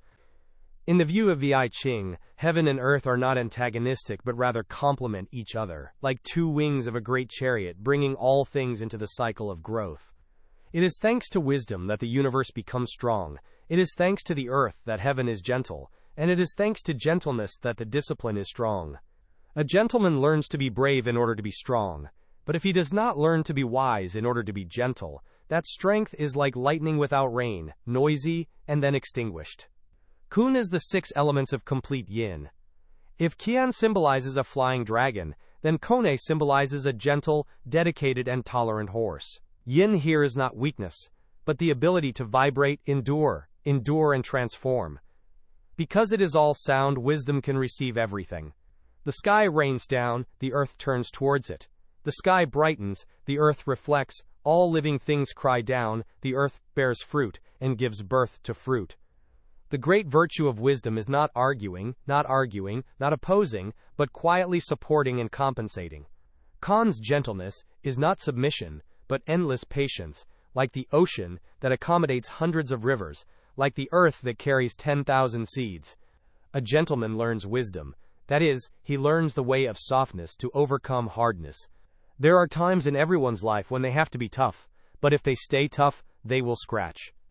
People who know how to live are people who know how to retreat, who know how to endure, who know how to be tolerant, like the soil being trampled on, being plowed up, but still not holding grudges. On the contrary, they are still nurturing. Using that virtue to examine human life, we can understand that in need there is great strength, in silence there is creativity, in endurance there is perseverance. In the 6 lines of the wisdom hexagram, each line teaches a lesson about the virtue of the earth. How? So Luke talks about the potential of sound like the dark but vibrant underground. How Luke NHI is the most beautiful position. The sound is in the middle, soft but common like a piece of good uncle. Strange sounds grow accordingly. How Luke Tam teaches people not to want to advance too quickly when there is no time, otherwise they will be in danger. How Luke Tu knows how to keep to himself and not show off. How Luke Tam GU is the immense virtue of the sage, using gentleness to rule. How Luke Tam Yin is too strong and can easily turn into darkness. The wise student should be warned that being gentle and obedient must also be consistent, otherwise it will be useless. From those 6 virtues we see that it is wise to teach people to follow, but not to follow blindly. Obedience must go hand in hand with wisdom, tolerance must come with discernment. If everything is shaky, it can easily turn into weakness. If you accept everything, it is like being in agreement with mistakes. Although the land is tolerant, it also knows how to keep order. Seeds planted in the right season will germinate, seeds planted out of season will wither. A wise gentleman must know how to be tolerant but not intolerant, gentle but not weak. The great virtue of earth lies in the fact that it does not compete with heaven. Heaven creates, earth just quietly receives. But it is that lack of contention that makes the land great. If earth competes with heaven, it will become antagonistic, the universe will be in chaos, but because earth is at peace below, heaven will be at peace above. That humble position is great wisdom. People who learn the Dharma must understand that being below does not mean being inferior, and enduring does not mean being weak. Many times it is that humility that creates lasting strength. In history, wise rulers who understand the way of wisdom will have long and peaceful dynasties. They know that although they are at a high position, they must use the virtue of tolerance to rule. A king who only knows how to use violence will easily create chaos, But if he knows how to use gentleness to influence the people will agree. Chinese history once revered Yao and Xunyu as holy soldiers, precisely because they ruled wisely, were not arrogant, knew how to listen, knew how to follow the times, and knew how to take care of people's lives. In family life, learning to be wise means learning to be a mother. The mother is the image of the earth, nurturing, tolerant, and patient. Mother does not compete with her child, but she raises him up. She does not need bright light like the sky, but it is thanks to that gentle darkness that life is maintained. Fathers and teachers also need to learn wisdom, tolerance, patience, and support and self-cultivation. Wisdom teaches us to humble ourselves. A mind that is too hard is difficult to practice, because it always wants to win. A mind that knows how to be soft and calm is easy to receive the teachings. The Tao does not flow into the arrogant mind, but only flows into the humble mind. People who practice wisdom must abandon ego, abandon conflicts, and let their minds be like empty land, from which the seeds of religion can grow.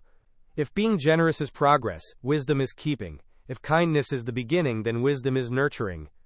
If cunning is yang, then wisdom is yin. These two hexagrams are not separate but complement each other.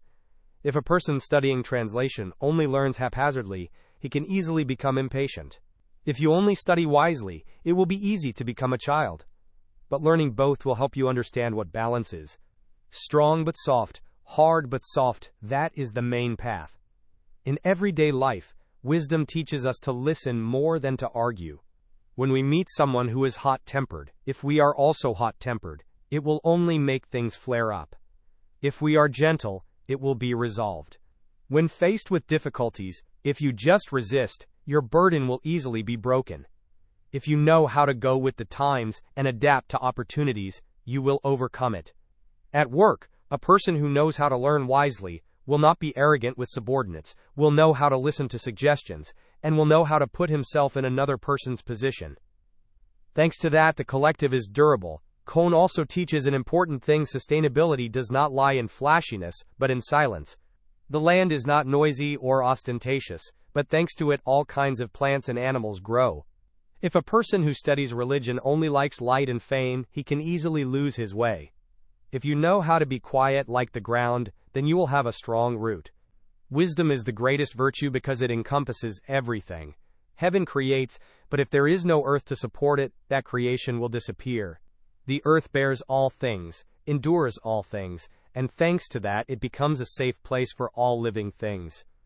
A gentleman learns wisdom by learning the way of patience, learning the virtue of tolerance, learning obedience, learning a mind that does not compete but wins. Khan is not only an image of the land, but also a principle for living. If a country wants to be peaceful, it must rule with wisdom. A family that wants to be in harmony must treat it with wisdom. A person who wants to grow up must use wisdom to cultivate himself. In the endless cycle of epidemics, wisdom always accompanies need. Heaven and earth rotate, yin and yang combine to create all things. A wise person will know how to be gentle to counter hardness, will know how to be tolerant to resolve disputes, and will know how to be humble to achieve great achievements. Kohn is the heart of the earth, quietly immense, not boastful, but anyone who stands on the ground depends on it to survive. Chapter. True and divination fortune teller know but do not accept. In life, everyone wants to know the future. But the most precious thing is not knowing how to force it, but knowing how to obey. The ancients established the cycle of divination and used divination not to be sure of the results, but to shed light on impermanence, to see the uncertainty in all concentration, the movement in all tranquility. Fortune-telling does not bind fate, but lets people know how to adapt to the times and keep themselves in harmony with heaven. Not being restless when successful, not despairing when in despair, it is the lack of attachment to results that is the profound point of True. Zhou Dich was originally a philosophical book about change, but was later applied as a prediction tool. The ancients observed astronomy, geography, and the 4 rotating seasons, then recorded them into Kuei and zodiac signs, thereby creating a system that symbolizes the endless changes of the universe. When fortune-telling, people sew the yin and yang lines with yarrow or coins to form a hexagram. That hexagram not only indicates a point, but also contains a process of transformation from one hexagram to another, from the present hexagram to the future hexagram. Thanks to that, viewers of the translation not only see the current status quo, but also see the seeds of change. The key is to not stick to a single result. If you see a good hexagram, you should not be subjective, because in success there are still hidden seeds of failure. If you see a bad hexagram, don't be afraid, because in danger there is always opportunity. Divination is to see that operation. People who know how to translate will not let their minds be shaken, but calmly act according to the times. In Asian culture, many dynasties and wise men used translation to see the times before deciding on major events. But those who truly understand religion have never considered the results of divination as an absolute command. They use it as a mirror, to illuminate the dangers hidden behind the appearance of peace, and to reveal the hidden hope in the depths of despair. Thanks to that, we know to stop when we need to, move forward when we should, and not do anything against the destiny of heaven. In the end, fortune-telling is not for knowing the winner or loser in a small dispute, but for the gentleman to learn how to plan according to the times. When it's lame, the 6 lines are the 6 steps in the process of things: beginning, development, peak, decline, transformation, and end. Each line has teachings. The first class often advises to stay humble. The second class often advises to stay loyal. The third class often warns of taking risks, and the fourth class often teaches to wait. Good 5 is a noble position. Nobility often warns of excess. Understanding that process, people will no longer be afraid of changes, because they know that everything is cyclical. The gentleman watches the translation not to seek personal gain, but to improve himself. If you get a good hexagram, remind yourself to be humble and not arrogant. If you encounter a bad hexagram, you must be careful and wait for the right time. Such fortune-telling not only does not create attachments, but also helps break attachments. Because the more we look at change, the more we see that everything is not fixed. Losing attachment means reaching closer to enlightenment. Some superstitious people consider translation as a kind of spirit that determines fate. When you see a good hexagram, you are reckless. If you see a bad hexagram, you are melancholy. That is contrary to the original meaning. Chudich does not bind anyone, it is just a map, showing the way. Whether to go or not to go, how to behave, is still up to the person. Understanding this, divination becomes a tool to open wisdom, not a shackle for the soul. In Taoist philosophy, divination is the practice of looking into the mind in a mirror. Heaven and earth, the human mind is like a small universe. Heaven and earth are a large universe. Both reflect each other. When the hexagram rings, the current mind is printed in 6 lines, and at the same time connected to the great operation out there. Thanks to that, we understand that we do not stand outside the universe but are part of it. When the heart moves, the hexagram moves. If the hexagram changes, the scene changes. One thought arises, the whole world changes. Divination shows us that more clearly. But the important thing is not the result of a hexagram, but the attitude we keep when reading the hexagram. A wise person reads the hexagram without attachment. That is, he sees it without being bound by the hexagram. Seeing the cut hexagram does not cause cry. Seeing the bad hexagram does not cause fear. That is the great use of translation. That's why the ancients said knowing without attachment is truly knowing. If you only stick to one hexagram, it turns out you don't understand the translation.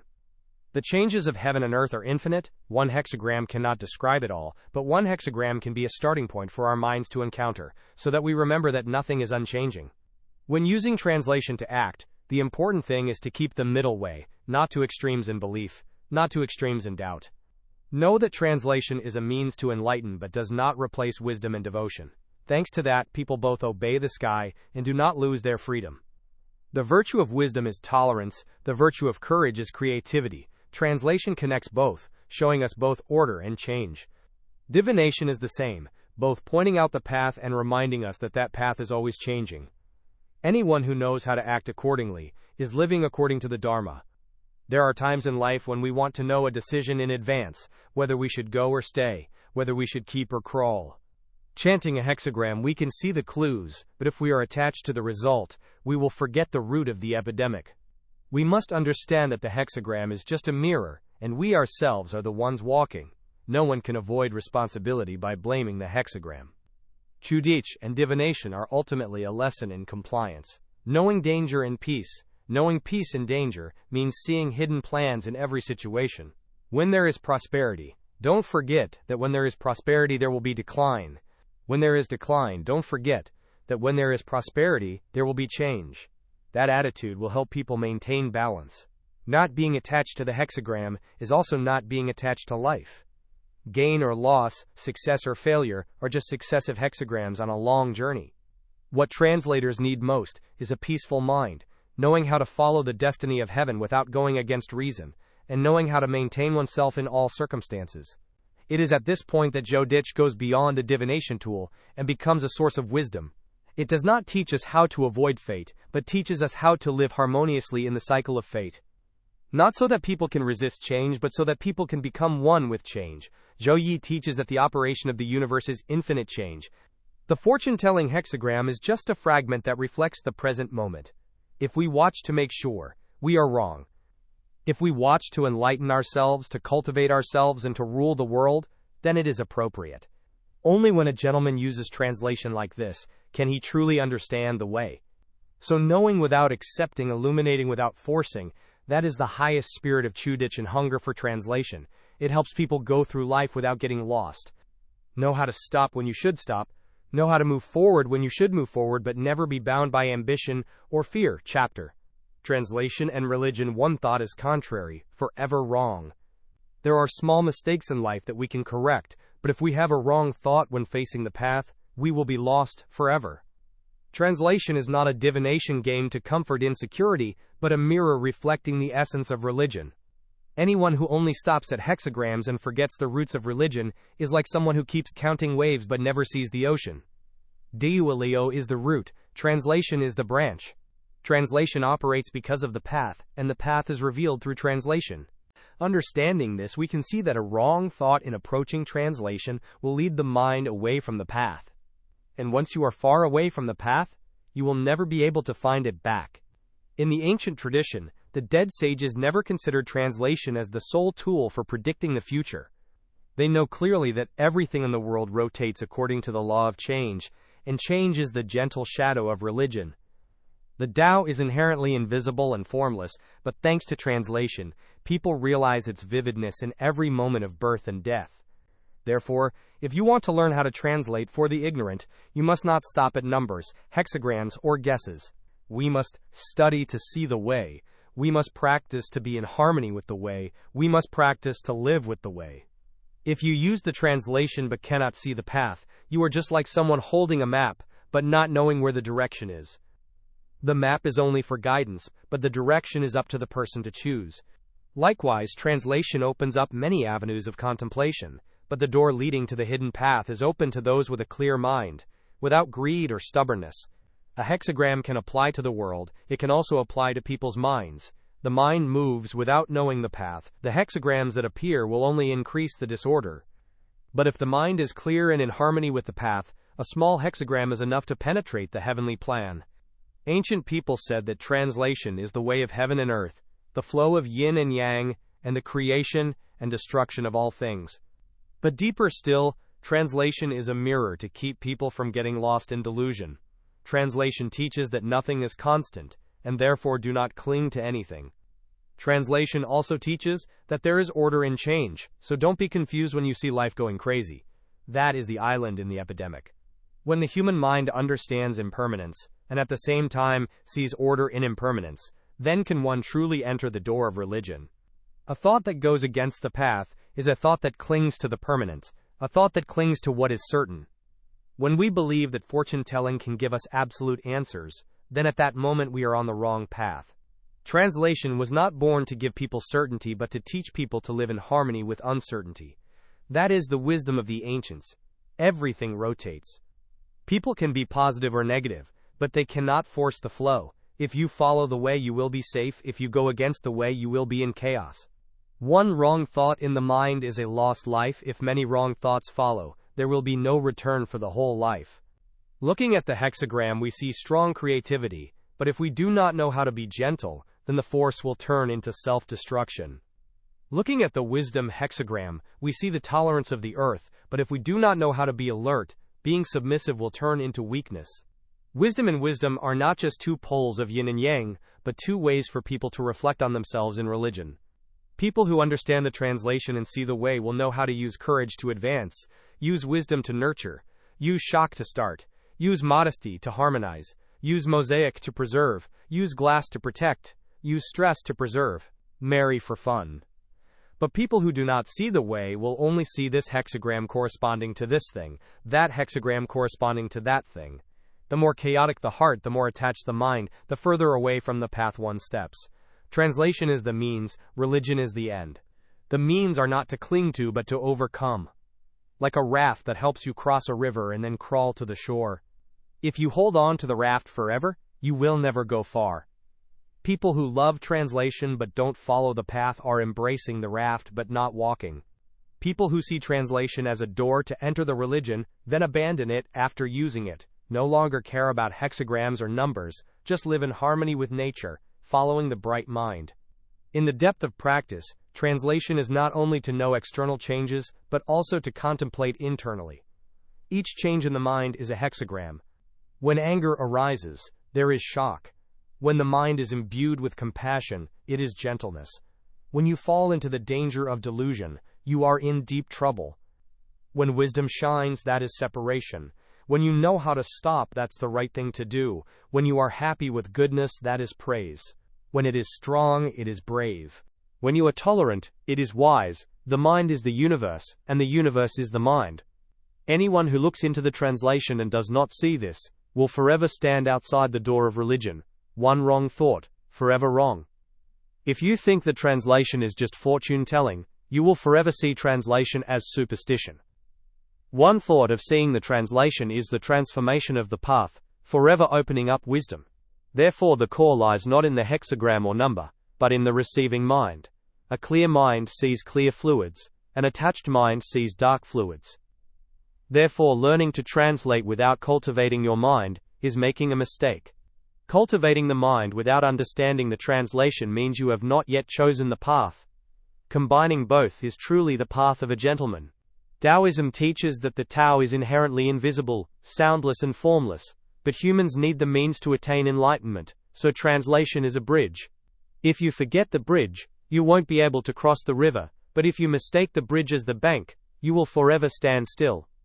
People with integrity know how to use translation to enter the religion, then forget the translation and live with the religion. People who are deluded use translation as a support, and can never see the path. This is exactly what the deceased sages wanted to remind.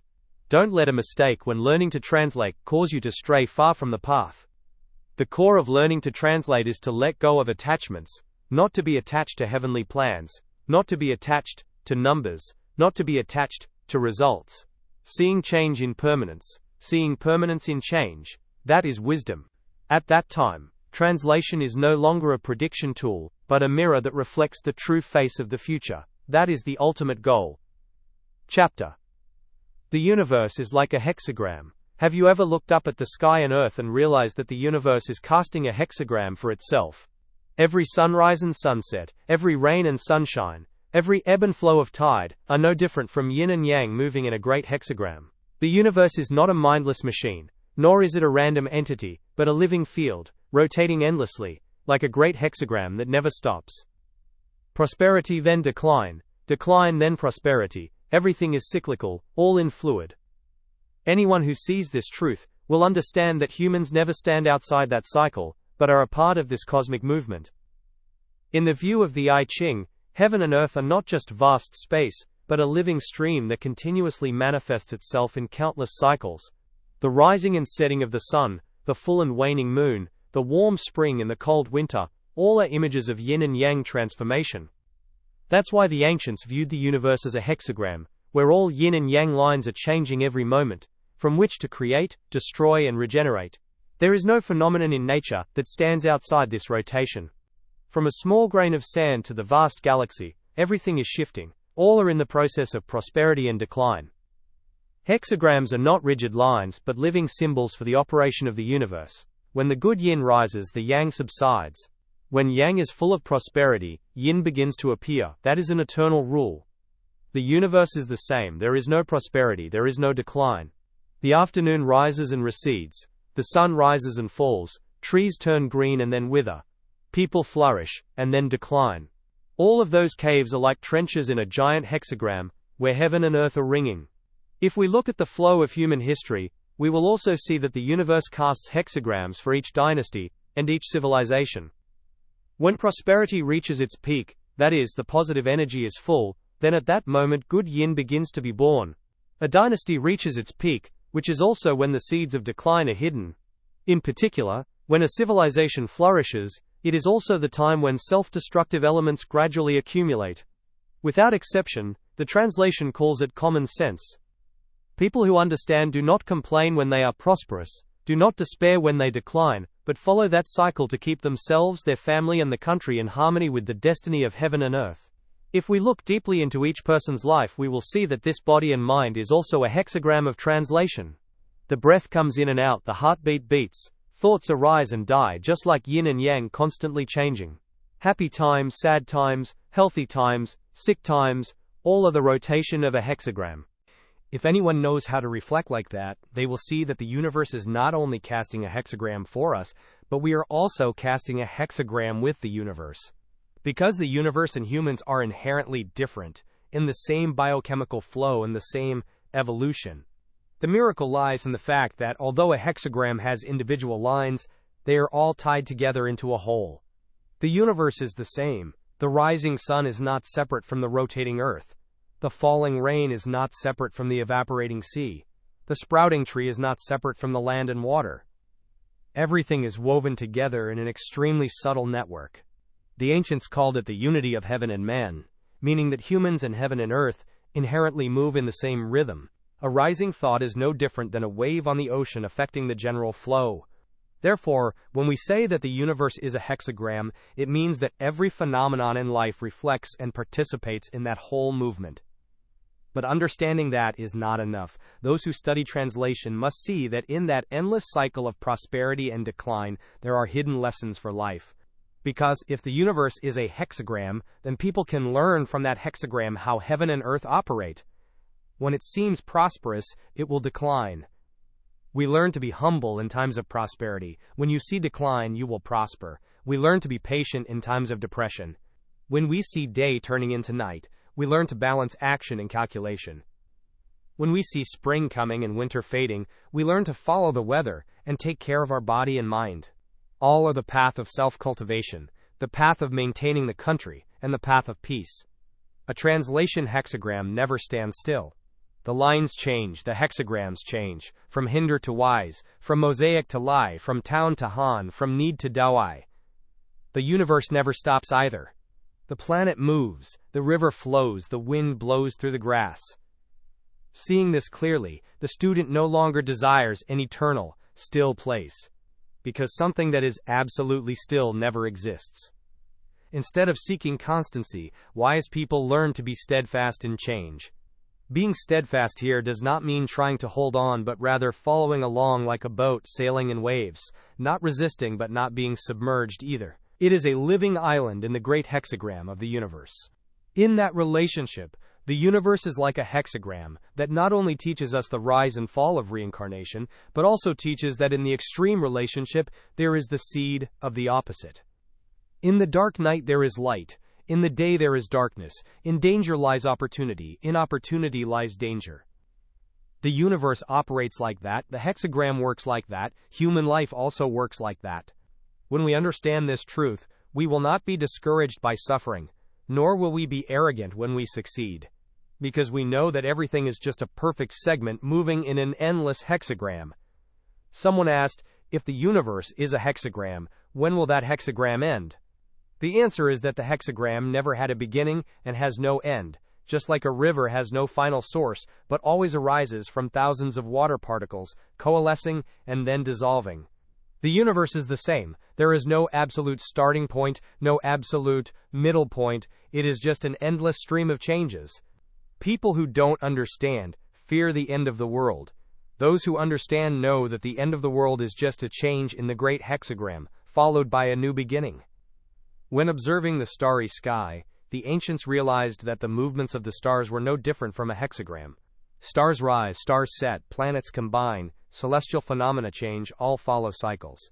They used it to establish an I Ching, to reflect on themselves, to rule the country, and to nourish their lives. But the ultimate goal is not to predict everything, but to live in harmony with that cycle. Because anyone who wants to force change in the movement of the universe will only face failure. But those who know how to obey are like grass and trees that bask in the sun and rain and grow naturally, without worry or force. In the Taoist view, the universe is like a hexagram that is also a reminder to humans that everything is interconnected. There is no action that is isolated, no idea that does not resonate. A good thought is like sending a good light into the hexagram of the universe, which will radiate influence in all directions. Sowing an evil thought is like ringing a good darkness, bringing with it a shadow that opens up the whole situation. Therefore, the responsibility of each person is not limited only to their own body but also spreads to the whole movement. Whoever understands will know how to keep a bright mind so that he can cast the hexagram in harmony with the universe. In conclusion, the universe is nothing more than a giant hexagram. Everything, every phenomenon, every small change is a good thing rotating in that hexagram. Those who see it live accordingly, their mind is at peace, their mind is clear. People who don't see will always fight, force, and get lost in prosperity and decline. Learning to translate to read the universe is not to predict everything, but to know how to live in harmony with everything. That is the essence, that is wisdom, that is the path hidden in translation. And so, together we have come to the end of the journey of contemplating the I Ching in today's topic. Every hexagram, every word, every rhythm of yin and yang contains a path back to stillness, to nature, to each person's own mind. If you feel something touches your heart, please leave a comment below to discuss, share, and expand your opinions. Philosophy is only truly alive when exchanged, when many eyes are shining on the same flow. Don't forget to subscribe to the Mystical Design channel and turn on the notification bell so that every time there is a new video, you will be accompanied on the journey to find ancient wisdom. See you again in the next videos, where we will continue to open the doors of knowledge to help the soul calm down in the midst of life's fluctuations.